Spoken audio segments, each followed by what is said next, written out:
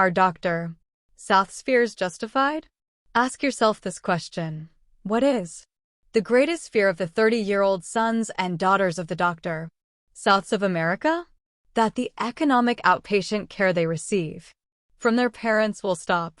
Many 30-something UAWs cannot maintain anywhere near the lifestyle they had while living with dad and mom.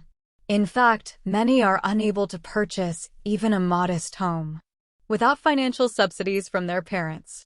It is not unusual for these rich kids to receive substantial cash and other financial gifts until they are in their late 40s or even early 50s. Often these adult UAWs compete with each other for their parents' wealth. What would you do if your economic subsidy was being threatened by the presence of your equally dependent brothers and sisters? Drive South is not only worried about his problems, he is also worried about his children's problems. Consider for a moment the legacy he is leaving them. What are the ramifications of being an economically dependent adult? How much insecurity and fear will they have to deal with in the future? How will they be able to have harmonious, loving relationships with each other? These are among the issues Dr. South spends more and more time contemplating. Dr. North is much less concerned with such problems. His adult children are accustomed to living in a much more frugal and disciplined environment.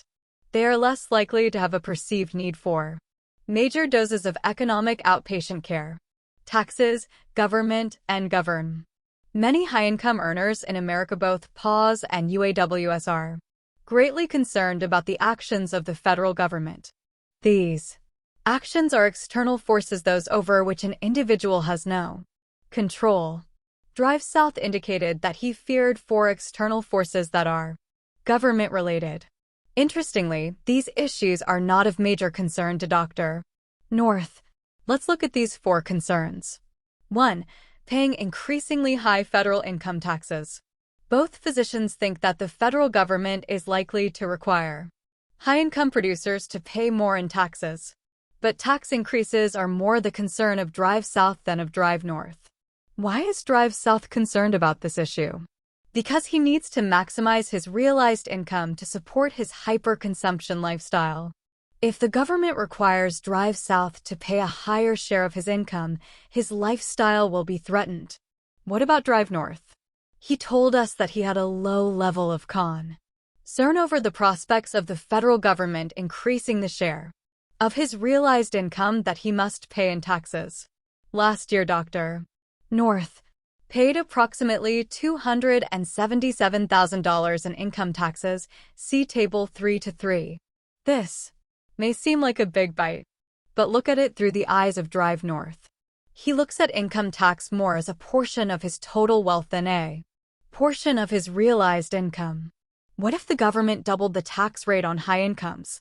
This is very unlikely, but just as an example, Drive North would then have to pay the equivalent of 8% of his wealth each year. By comparison, Dr. South would be at a wealth rate of 150%. Is it any wonder Drive North is much less concerned about paying increasingly higher federal income taxes than Dr. South is? 2. Increased government spending and the federal deficit. Dr. South is very concerned about this issue. He believes that increased spending on the part of the government will translate into higher taxes on his income. Drive North is not overly concerned for the reasons stated above. 3. A high rate of inflation. Dr. South is also concerned that such government action as increased spending and an increase in the deficit will precipitate a significant increase in the inflation rate. Drive South has a moderate level of concern about this issue because he, like many UAWs, keeps trading up to more and more expensive homes, cars, clothes, and so on. On the other hand, Drive North feels that inflation will significantly increase the value of at least part of his investment portfolio. For increased government regulation of business and industry, most physicians feel that this type of government action is targeted at them.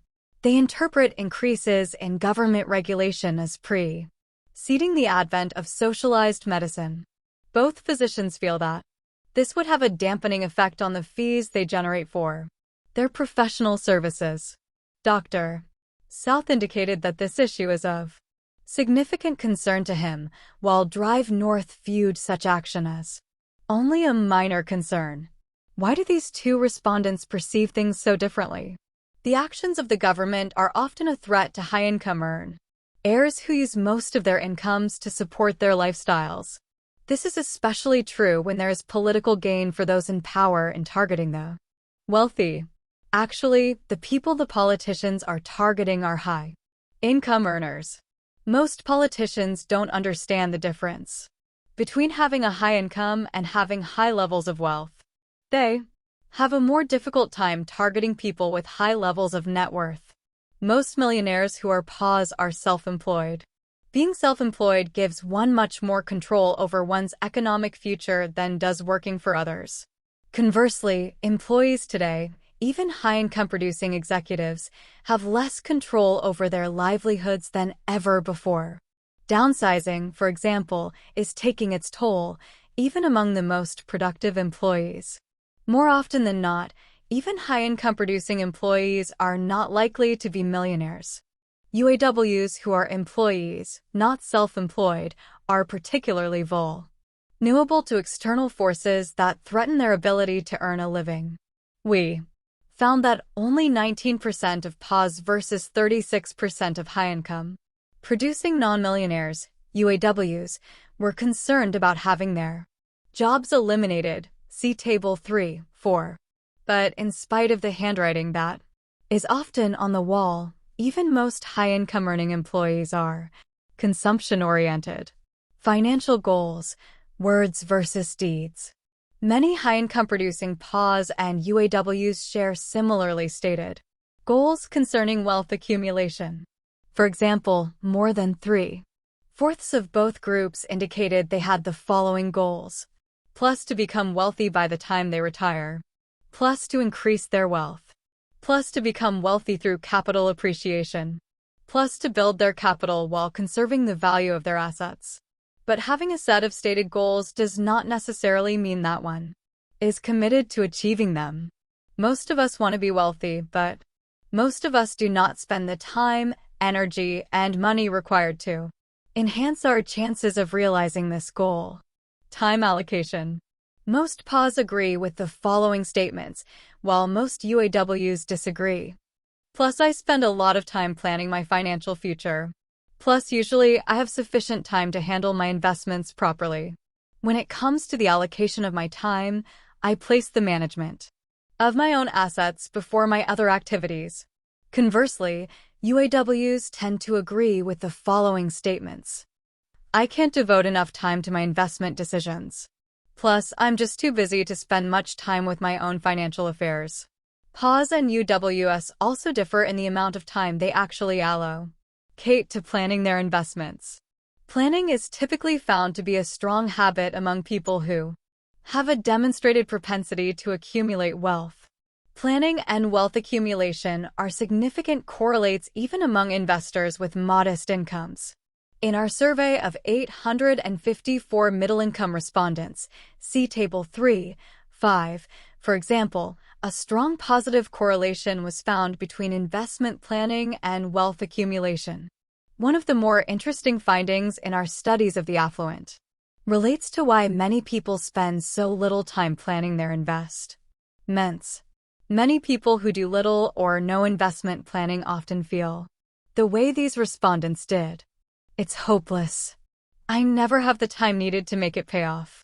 We never have made so much. But the more we earn, the less we seem to accumulate. Our careers take up all our time. One don't have 20 hours a week to fool with investing my money. But PAWs do not spend anywhere near 20 hours a week in this way. If you study Table 3-5, you will notice that, on average, even prodigious accumulators of wealth do not need to devote a large proportion of their time to planning their investment strategies. We found that these middle-income PAWs spend an average of only 8.4 hours per month planning their investments. This translates to about 100.8 hours per year. Given that there are 8,760 hours in a year, PAWs allocate approximately 1.2% of their time planning their investments. UAWs, on average, spend 4.6 hours per month planning their investments, or about 55.2 hours per year. In other words, PAWs spend an average of 83% more hours, 100.8 versus 55.2, planning per month than do UAWs. UAWs allocate only 1 in 160 hours of their total available time to planning their investments. PAWs allocate 1 in 87 hours.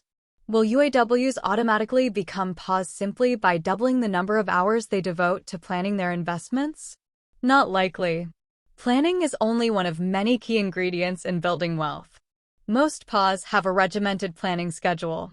Each week, each month, each year, they plan their investments. They also start planning at a much earlier age than do UAWs. UAWs, on the other hand, are much like some overweight people who occasionally starve themselves to reach their ideal weight. But, more often than not, they regain all the weight they lost and more. UAWs may start the new year with a plan that outlines a variety of investment goals. These goals may be the product of a couple of days of aggressive planning that specifies the number of dollars allocated to investments. Also included in the plan may be a significant, cold turkey reduction in the consumption of goods and services. More often than not, this shock planning and corresponding radical change in lifestyle are so severe that they do not work. The typical UAW, in this case, quickly becomes disenchanted with his new model for wealth building. Soon he falls off the wagon, once again breaking his promise of planning, investing more, and consuming less. Many UAWs think that a professionally prepared plan will make them pause overnight, but even the best financial plans are ineffective if you don't follow them.